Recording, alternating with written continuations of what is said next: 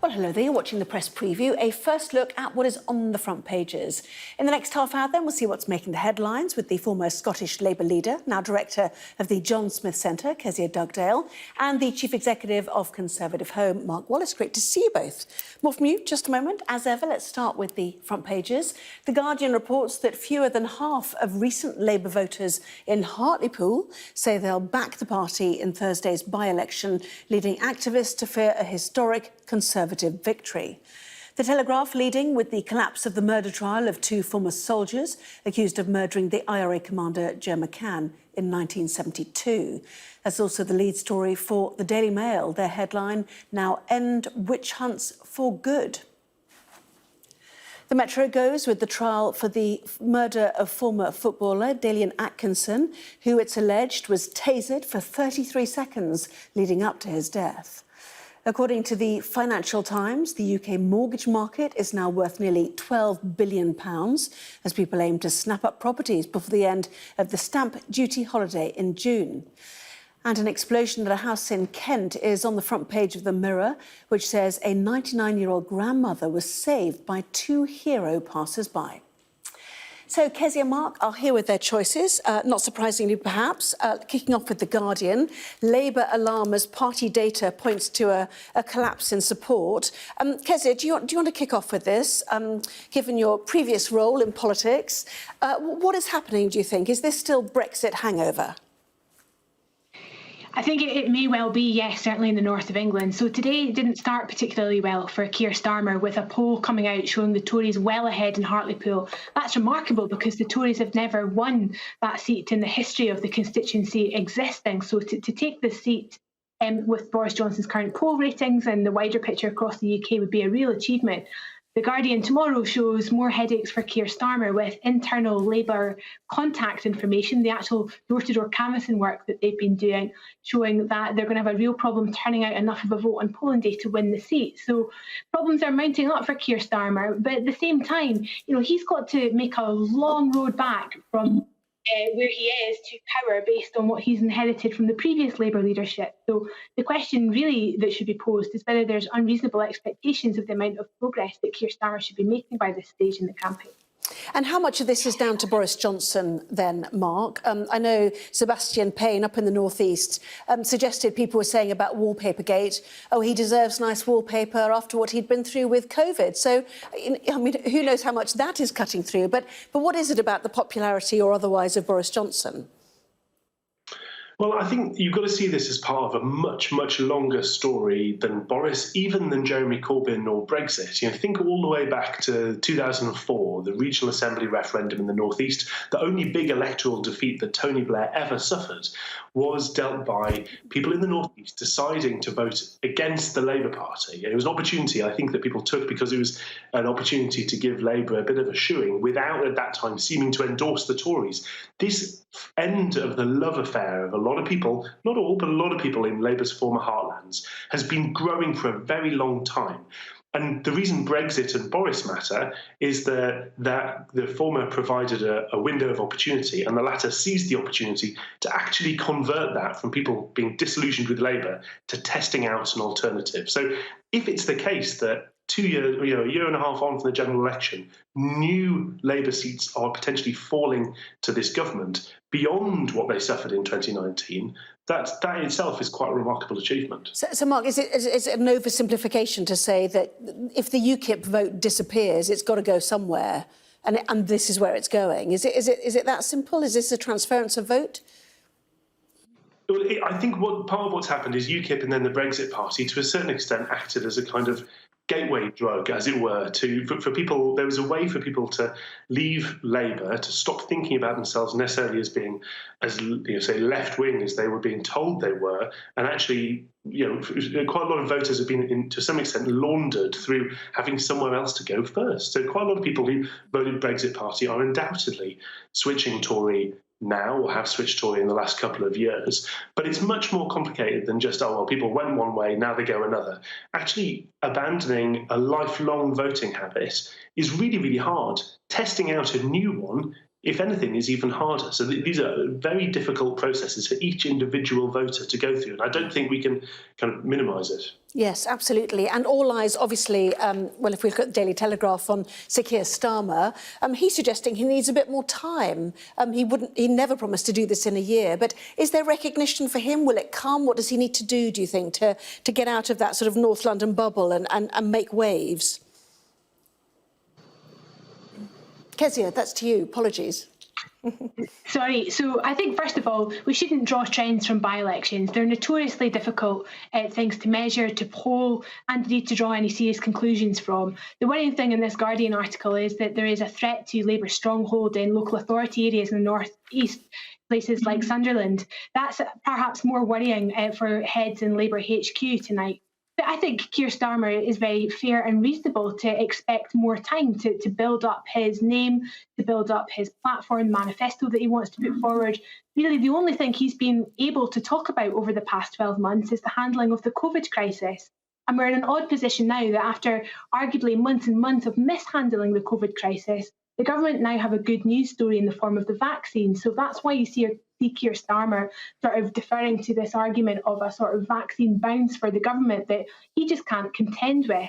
I think Keir Starmer would much rather be debating and arguing in these elections on a domestic policy agenda rooted in education and justice and investment in housing. Instead, he's doing the backdrop of a pandemic where the vaccines are the major story of the moment. And there's lots of money going into supporting the furlough scheme and holding up the economy. How long that can last is a separate question, but it's certainly going to last past Thursday's local election. Well, it's going to be a fascinating few days, isn't it? The Hartlepool result overnight on Thursday. Mark, I know you'll be joining our coverage. And then more results, crucially also, Kezia, from Scotland too.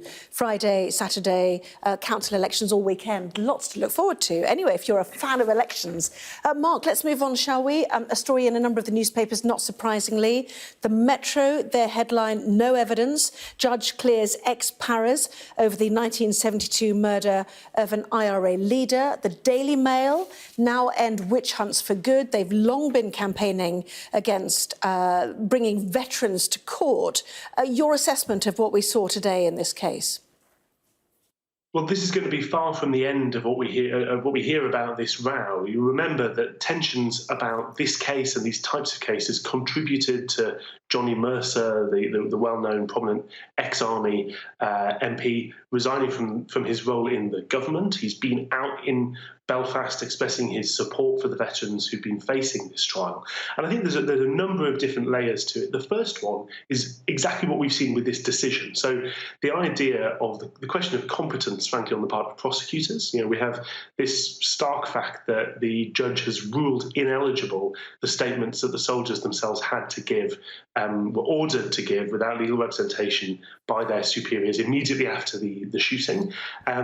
That's something that prosecutors then didn't try to appeal or push back on, and that's what's caused ultimately this case to collapse. You've got to say, dragging a case like this, so tense, with so many people's lives on the line, but also with so much attention on it, dragging it through court on what seems to be such a flimsy basis is very troubling. Then there's the wider issue of, is it really possible for a government or any parliament to decide to prevent any future prosecutions like this? Frankly, I don't think it is, for the good reason that you can't retrospectively say, you know what, even if crimes had been committed, we will change the law so they won't be punished. You know, that would clearly be the wrong thing to do. Yeah, I mean, there's big questions here, aren't there, Kezia? What do you do about the victims of the Troubles on both sides? And how does that help reconciliation, which is clearly, presumably, what Northern Ireland ultimately has to move to? Yes, and there was the promise of the Truth and Reconciliation Commission that's never really come to the fore. And this is obviously extremely difficult. We're talking about trying to prosecute people for something which happened 50 years ago. That in and of itself feels unjust.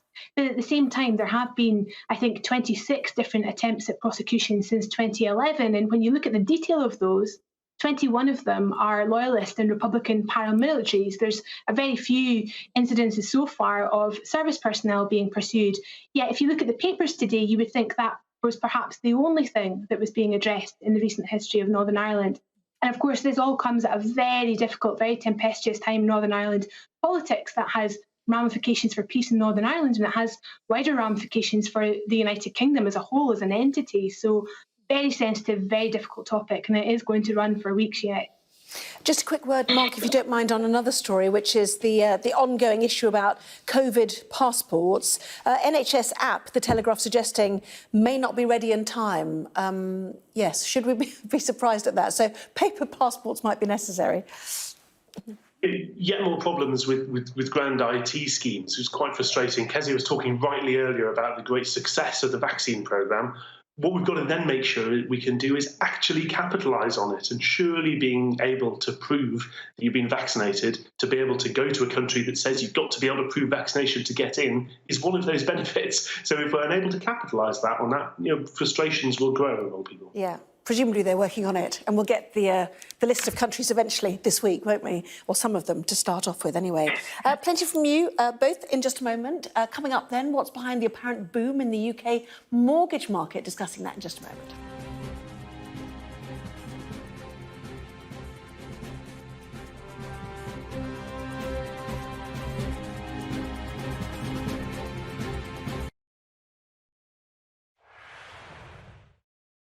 In April 2017, my mum was diagnosed with motor neurone disease, which is just an absolutely devastating condition where the muscles all slowly shut down. So for her, it started off with her arm, and then from there, she was even unable to turn over in bed, unable to walk, unable to speak, taste or drink for her mouth. And it was just heartbreaking to see someone you love so much suffer so greatly.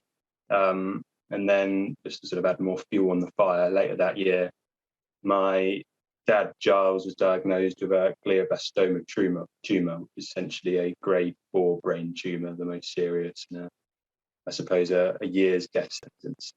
So in that year, it took a lot of adapting for me and my sister, and it was incredibly shocking at such a young age, because everything was absolutely fine up until then, and suddenly everything just went wrong. Cycling's really helped me during lockdown, and Of course, I took the year out to sort of catch my breath and potentially do a bit of travelling, and I certainly caught my breath, but the travelling bit's been a bit more complicated. So I suppose I just want to see Britain at the same time, and I want to do it for some purpose. So raising money for 2 charities that are really close to my heart is something that I love the sound of, and of course it's going to be tough. And at the moment, I'm actually speaking to you from Reading. I'm doing a training expedition up to Oxford to visit some friends. So we're sort of at the last leg of it, and it's been tough, but it's been really good just being on the bike and going from A to B every day to keep me entertained for 7 weeks. Essentially, I'm gonna be trialing a lot of breakfasts and trying to find the best one this nation has to offer. So we'll be starting off along the south coast, then heading up north towards Bristol, and then around the whole Welsh coast, and from there. I'm not entirely sure where I'll go, but I want to get up to Scotland, of course, to try and finish off Britain. But we'll play it by ear as to where I go from Wales.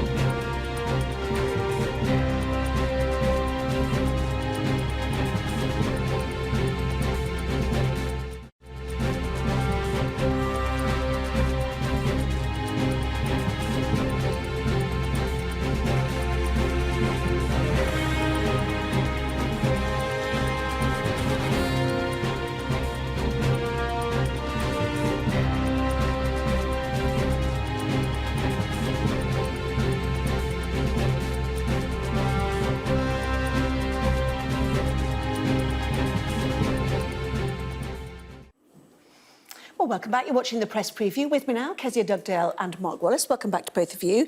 Kezia, let's go to the FT, shall we? The criticism from some that this stamp duty relief is unnaturally driving the housing market, but certainly seems people are keen on it.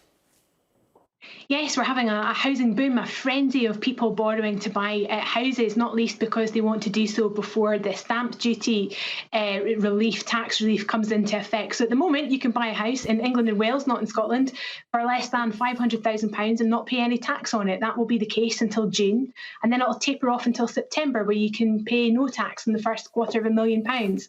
So it's leading to record levels of borrowing. And to me, it speaks to a tale of two different types of economic COVID experience. For those who are able to save and pay off their credit card debts, they've got the aspirations to buy the bigger house. The rest of the country is dealing with precarious employment, wondering if they've got a job to go back to when furlough ends. A picture of two Britons, really. Yeah, absolutely. And the question remains or lingers about how to pay for it all.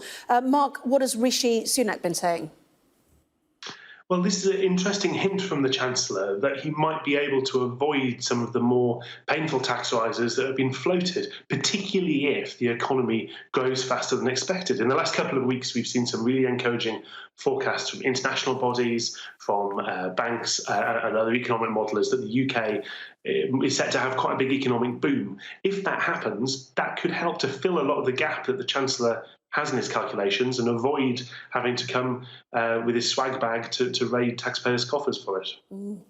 Quick final look in our final story, Kezia, Daily Mail front page, which is that Meghan Markle has written a book due to be published in June about a dad and his child. Mark, you're laughing already. The Daily Mail not so keen about this one, but anyway, tell us about it. Yes, imagine my surprise the Daily Mail are not keen on Meghan Markle writing a children's book. You know, if there was a textbook about what she was going to do in her life beyond the royal family, I think this would be on page 3 of it. There's a little bit of the predictability to it, but it's a great story. There's going to be a market for this book. It's going to sell. You can't really blame her for doing it. And I'm sure somewhere there'll be a lot of money going to charity as a consequence. That's a good point, actually, isn't it? Mark, just 10 seconds? It's another chance not to hear about Meghan Markle and definitely not to market themselves in a privacy-loving way. Yeah, absolutely. Privacy-loving is always the way the Daily Mail describes her. Mark Wallace, Kezia Dugdale, lovely to see you both. We'll see you at 11:30 for more. Thank you.